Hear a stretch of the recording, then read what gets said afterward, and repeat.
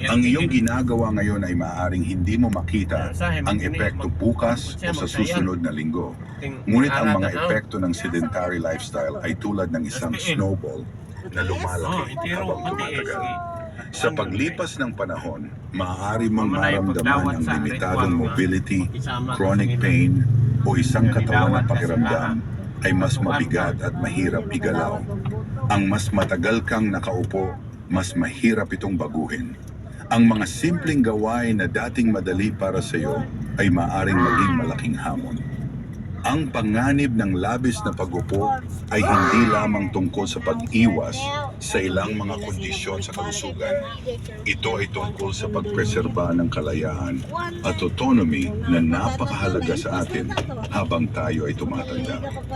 Ang pag-iisip na umasa sa iba para sa mga pangunahing gawain tulad ng pagbangon sa kama o paglalakad sa kusina ay isang nakakatakot na posibilidad para sa marami.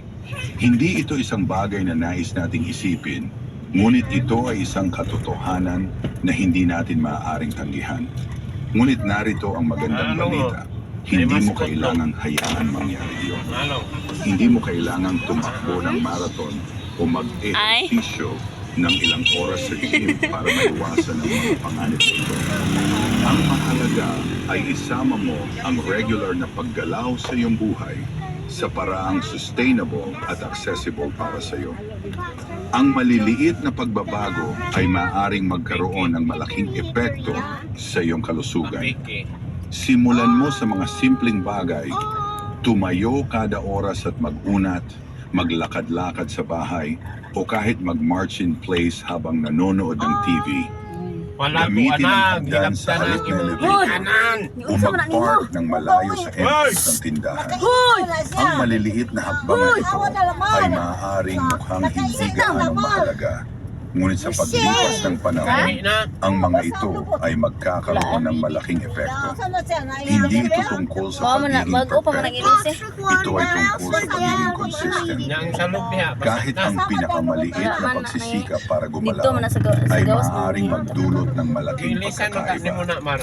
Ang layunin ay manatiling aktibo, kahit na ito ay isang minuto sa isang pagkakataon. Ngunit ang isang minutong iyon ay maaaring magdagdag ng oras para sa mas maraming enerhiya, mas mahusay na sirkulasyon, mas malakas na kalamnan, at sa huli, isang mas malusog at mas malayang buhay. Alam kong madaling maging komportable at manatili sa ritmo ng pag-upo at pagpapahinga. Ngunit tandaan, ang pag-upo ng matagal ay maaaring mukhang madali sa ngayon. Ngunit ano ang iyong isinasakripisyo para sa pansamantalang ginhawang iyon? Sa bawat oras na pipiliin mong manatili, ikaw ay nagkakompromiso. Kaya gawin mo ang desisyon na tumayo, gumalaw, at yakapin ang kalayaang dala ng pagiging aktibo. Ikatlo, makakuha ng sikat ng araw. Gaano kadalas ka lumalabas ng bahay? Ang sikat ng araw ay higit pa sa isang importanteng init sa balat. Ito ay isang mahalagang puwersa na kailangan ng ating katawan para mabuhay ng malusog, lalo na habang tayo ay tumatanda. Habang tayo ay nagkakaedad, banayad, ngunit makabuluhang pagbabagong nagaganap. Ang natural na kakayahan ng ating katawan na gumawa ng vitamin D ay bumababa. Ang vitamin D na madalas nating binibigyang halaga ay may mahalagang papel sa ating pangkalahatang kalusugan. Tumutulong ito sa pag-regulate ng ating mga puto, kalamnan at immune system. Kung wala ito, tayo ay mas nagiging vulnerable sa iba't ibang mga problema sa kalusugan tulad ng mahihinang buto, pananakit ng kalamnan, paninigas ng kasukasuan, at mas mataas na panganib na madapa. Para sa mga taong halos nasa loob lang ng bahay, ito ay isang napalampas na oportunidad. Ang isa sa pinakasimpleng at pinaka-epektibong paraan para mapabuti ang ating kalusugan ay hindi natin nagagamit. Maaaring hindi natin ito napapansin, ngunit sa bawat minuto na nananatili tayo sa loob ng bahay, ang ating katawan ay hindi nakakatanggap ng mahalagang sustansya na kailangan nito para manatiling malakas.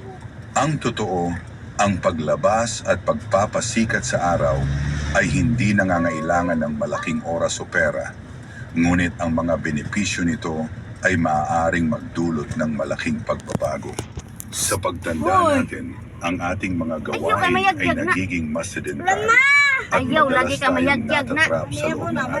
Ayaw lagi. Ngunit isipin ito, paano kung ang paglabas lang ng ilang minuto araw-araw ay makapagpapabago ng lahat? Ang kapangyarihan ng sikat ng araw ay malalim. Pagpapalakas ng ating mga buto, pagpapataas ng ating immune system, hanggang